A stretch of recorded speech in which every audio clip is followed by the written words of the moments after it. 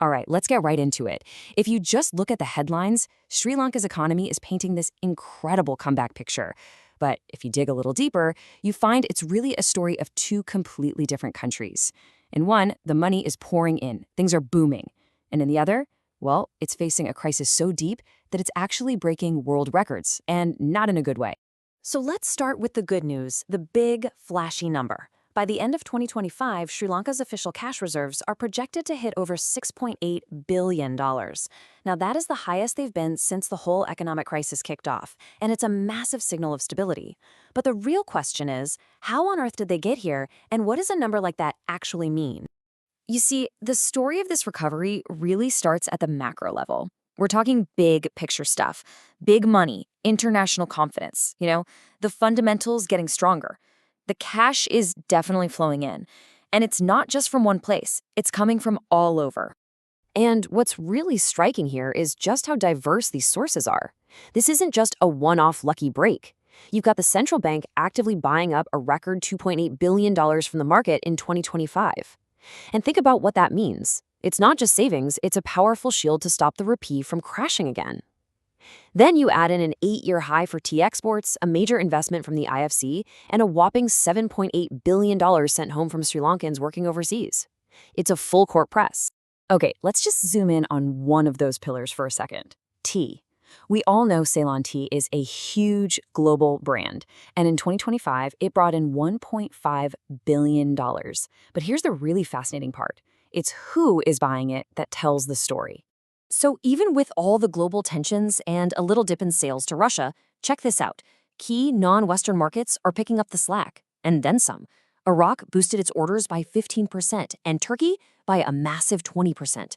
This just shows Sri Lanka's incredible economic resilience, its ability to pivot and find strong partners no matter what's happening elsewhere in the world. And it's not just the trade numbers, the big international players are taking notice. When the IFC, which is part of the World Bank, put in $166 million, the words they used were so important. They're not talking about a bailout or a rescue anymore. The whole conversation has shifted from just rebounding to growing forward. That, right there, is a huge vote of confidence. So the reserves are up, exports are booming, foreign investment is coming in. The country is getting richer. Sounds great, right? And it is. But here's the giant twist. If all of that is true, why has it become basically impossible for the average person to even think about buying a home? This is where our story takes a very, very sharp turn. All right, now we have to pivot. Let's move away from those big, shiny macro numbers and get down to the shocking reality on the ground. We're going from the nation's balance sheet right down to the family budget. And believe me, the view is completely different. 55.3. What is this number? It's got nothing to do with exports or foreign reserves. This number, it represents a quiet but absolutely crushing crisis that's unfolding right now in Sri Lanka's capital, Colombo. It's called the price-to-income ratio. It's a really simple way to measure how affordable housing is. And in Colombo, that ratio is 55.3. I want you to just let that sink in for a second. It means that an average person earning an average salary would have to save 100% of their income for over 55 years just to buy an average home.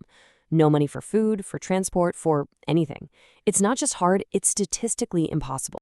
And to put that into perspective, Colombo isn't just expensive. According to the 2026 Numbeo index, it is the single most unaffordable city for property in the entire world.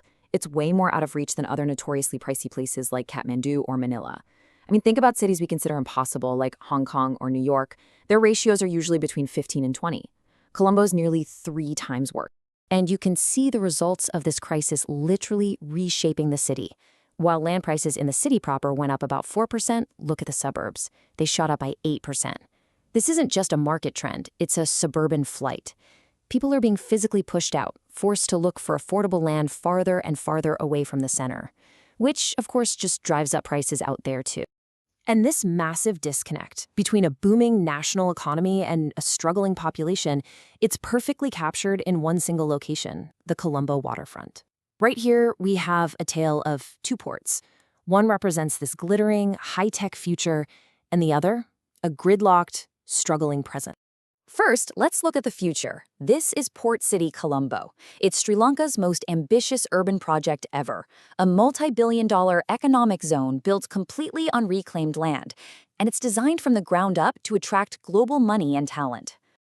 And investor confidence here is absolutely through the roof. Construction just started on Bay 1 Residences, a $112 million luxury apartment complex. This is where the international money sees Sri Lanka's future, a high-tech, high-finance hub designed to go head-to-head with places like Dubai or Singapore. But then, literally right next door, you have the present reality, the actual Port of Colombo. This isn't some futuristic vision. This is the current, critical engine of the entire economy. This is the port that handles those record-breaking tea exports we talked about, the raw materials that fuel the whole country. And it's struggling. This quote from the apparel industry just says it all, doesn't it? While a city of the future is being built, the existing port is getting bogged down in delays and bottlenecks. So here's the irony. We're building this world-class city for tomorrow, but we're having a hard time just efficiently unloading a shipping container today. So what happens when you smash these two stories together? You get Sri Lanka's great disconnect. You get a country that is living in two completely different economic realities at the exact same time. So let's just recap what we've seen. On the one hand, you have the macro win. Foreign reserves are up and big international money is betting on a very shiny, high-tech future. But on the other hand, you have the micro shock. Everyday people are priced out of the housing market at a level we've never seen anywhere else in the world, while the very infrastructure that runs today's economy is feeling the strain. And all of this, it leads us to one final, really critical question. The data clearly shows a country that is getting richer on paper. But for its citizens, the simple dream of owning a home is moving further and further out of reach. So, when a nation's recovery is measured in glittering new skyscrapers instead of affordable homes, you just have to ask, who is this recovery really for?